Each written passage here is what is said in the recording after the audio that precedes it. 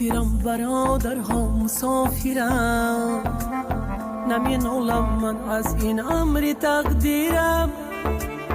دور از دیار در ملک کس بیگانه‌ام، یاد کرده‌ام من خانه با مادرم.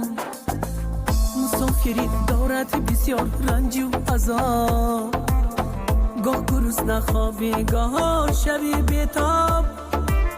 آرزو هوس این همه اشک گشته سراب، سوال بسیار داریم لیکن کنی جواب.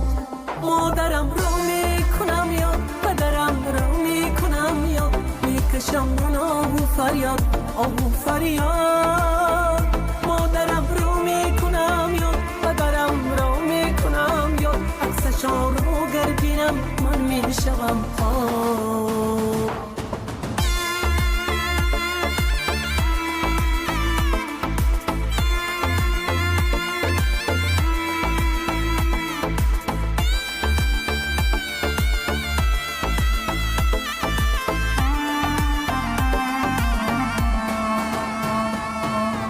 عزیزانم شما را من کی ببینم، در سری میز با شما من کی نشینم.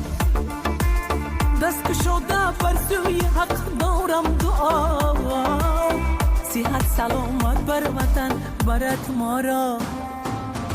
دعا کنید پدر جان و مادر جانم، شما هستی در دل نمانه درمانم.